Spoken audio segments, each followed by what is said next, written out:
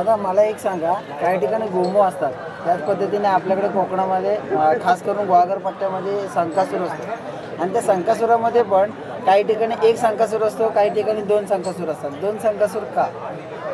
आता नमस्कार मित्रांनो, पुन्हा एकदा सर्वांचं स्वागत आहे आपल्या मराठी हक्काच्या यूट्यूब चॅनलमध्ये. त्याचं नाव आहे मी चिपळूणकर. तर मित्रांनो, आज आपण चाललो आहे गुहागरमध्ये कशासाठी चाललो आहे तर आज आहे होळीचा 5वा दिवस आणि आपल्या होळीच्या पहिल्या दिवसापासून कोकणामध्ये शिमगोत्सवाला सुरुवात झालेली आहे. आज आहे होळीचा 5वा दिवस आणि आपण चाललो आहे गुहागरमधील अडूर या गावी. तर अडूर या गावीमध्ये कशासाठी चाललो आहे तर त्या ठिकाणी आपण आगीतून धावणारे संकासूर पाहण्यासाठी चाललो आहे. गेल्या वर्षी सुद्धा गेलो होतो, पण गेल्या वर्षी आपण नवीन भावकीला गेलो होतो. यंदा आपण जाणार आहोत ते जुन्या भावकीला. तर चला, आपल्या ऑफिसमधलं काम संपलंय, तर आता थेट जाऊया आपण गुहागरमध्ये आणि तिथला अनुभव घेऊया.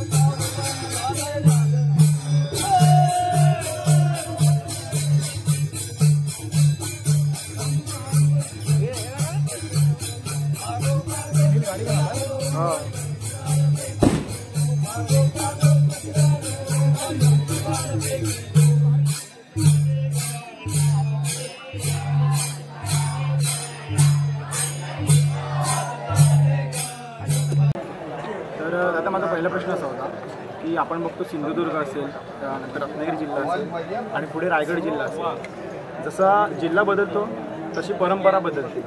आपल्या गुहागर तालुक्यात म्हटलं, रत्नागिरी जिल्ह्यातील गुहागर तालुक्यात म्हटलं तर गुहागरची अशी एक परंपरा आहे की जी आता महाराष्ट्राच्या बाहेरसुद्धा लोकांना बघायला मिळते. आणि संकासूर म्हटलं तर आपला हिरो म्हणायला पाहिजे. तर मग आपल्या गावची, अडूर गावची ही संकासुराची परंपरा कशी सुरू झाली आणि आजपर्यंत थोडक्यात तिचा इतिहास काय? इतिहास बघायला गेलं तर त्याचं मूळ मला पण म्हणजे आम्हाला पण माहिती नाही आहे. जे आमच्यामध्ये वयस्कर मंडळी आहेत, जे आमचे गावकर असतील, ज्यांनी संकासुराची परंपरा 20 वर्ष चालवली, प्रकाश गोताड असतील, त्यांच्याही पणजेच्या आधीची परंपरा आहे.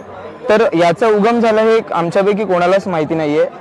जो त्यांच्या पिढीने जो वारसा त्यांना दिला ते पुढे चालवत आहेत आणि त्यांनी आम्हाला वारसा आता सुपूर्द केला, तर आम्ही देखील पुढे चालू अशी सुंकाईच्या चरणी प्रार्थना आहे. साधारण खेळी मंडळी मला वाटते दुसऱ्या होळीला बाहेर पडतात. हो, दुसऱ्या होळीला बाहेर पडतात. मग आपल्याकडे दुसऱ्या होळीला बाहेर पडतात की कसं? आपल्याकडे नियोजन कसं असतं? होळीला पहिली होळी पेटली त्यानंतर दुसऱ्या होळीला बाहेर पडतात आणि 5व्या होळीला आपल्या मांडावर येतात खेळ. तो त्याआधी मांडावर यायच्या आधी गावभोवणी असते, जी बाहेरची कारूळ, बुधल, पालशेत असेल ही गावं घेतली जातात आणि तिथल्या चव्हाट्याला अर्ज केला जातो. त्यानंतर मग ती गावभोवणी करून अडूरला येतात आणि मग अडूर गावभवणी सुरू होते. मांडावर आल्यानंतर अडूरची गावभवणी सुरू होते. धन्यवाद दादा.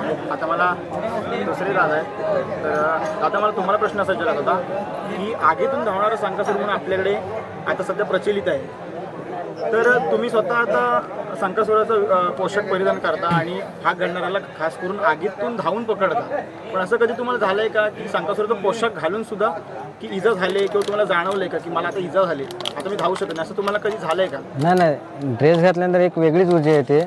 आपण स्वतः ऑलरेडी माणूस नसतोच, आपला देव पण आलेला असतो, त्यामुळे चटके मुळात लागतच नाही. दुसरा प्रश्न असा होता की एवढं पोशाख आहे, तेवढं धावायचं परत आणि एवढं वजन आहे, मग ते वजनाचा कधी त्रास झाला आहे का? ना एक प्रकारची ऊर्जा निर्माण होते ना, त्यामुळे माणूस नसतोच.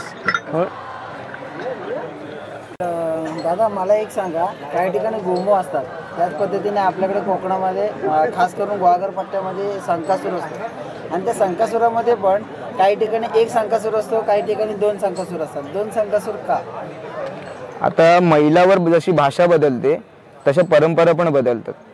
तर 2 संकासूर काही ठिकाणी आमच्या देवीचा एकच संकासूर मानाचा, जर नवस असेल तर आम्ही 2 संकासूर आणतो. बाकीचं माहिती नाही, पण आपल्या गावात एकच संकासूर असतो. एक प्रश्न गावभवणीसाठी आपण खेळ बाहेर पडतो, काही ठिकाणी वेगळी पद्धत आहे, आपल्याकडची जी पद्धत आहे म्हणजे काठखेळाची, याबद्दल थोडक्यात काय सांगू शकता का? गोपाचा नाच जो होता, जो गणपतीत काढला जायचा, त्याला अनुसरून हे काटकरी खेळ आहेत, जे की सावळा मानतो आपण. सावळा म्हणजे काय असतं, तर देवीला ज्या साड्या वाहिल्या जातात त्याचा सावळा बनवला जातो. आणि गावभवणी म्हणजे काय, 9 दिवस आम्ही पूर्ण गावभवणी करतो, अनवाणी करतो. तर आपण याला प्रतिवारीचं स्वरूप म्हणू शकतो की जसे पंढरीला जातात वारकरी हरिनामाचा जप करत, तसंच काटकरी खेळ आहेत ते हरिनामाचा जप करत गावभवणी करत असतात. तर एक प्रकारे नामस्मरण पण होतं आणि देवीचं रूप प्रत्येकाला पाहायला मिळतं. आणि प्रत्येकाच्या घरी जवळजवळ आम्ही 1,500 घरं घेतो. प्रत्येक घरासमोर 5 ते 8 मिनिटं नाचतो. जर सोंग असेल तर त्यामध्ये 10 ते 12 मिनिटं लागतात. तर ही मला वाटतं ही इतकी एनर्जी सामान्य माणसाला पॉसिबल नाहीये. यासाठी देवीची ऊर्जा लागते. ती देवीची ऊर्जा सुंकाई आपल्याला पुरवते, म्हणून हे खेळ एवढे 1,500 घरं पूर्ण करतात असं मला वाटतं. दादा जसं आता मी इथे आलोय, मी गेल्या वर्षी पण आलो होतो, या वर्षी पण बघतोय, कारण आता जी तुमच्या बरोबर जी मंडळी असतात, गावकरी मंडळी, ती पण भरपूर प्रमाणात असतात. मग त्यांचं कसं काय असतं, जे तुम्ही आता घरं घ्यायला जाता त्याचं नियोजन कसं काय असतं? नियोजन असं काही प्रॅक्टिस वगैरे नसते याच्या आधी. ही परंपरागत चाललेली प्रथा आहे आणि त्यासाठी रिहर्सलची गरज नाही असं मला वाटतं. जे परंपरेगत आहे ते कोणाला सांगायची गरज नाही लागत. जे चालत आले तसंच चालतं. धन्यवाद.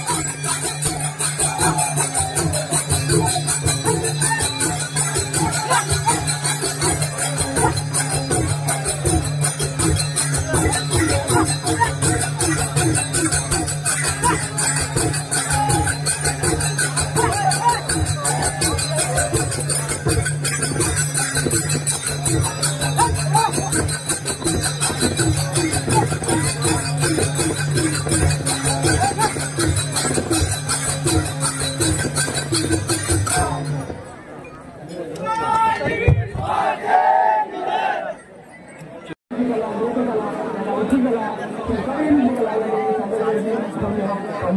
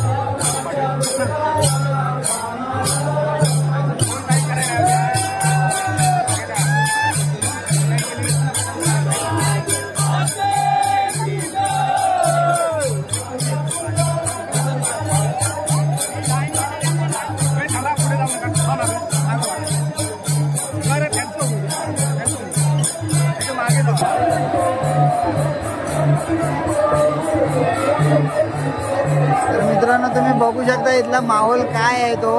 आता तुम्हाला ही जी होळी दिसते आणि ती जी होळी दिसते त्या होळी पेटवल्यानंतर आगीतून हे संकासूर जे 2 संकासूर आहेत ते स्वतः धावून जे फाग घालतात मुलं त्यांना पकडणार आहेत.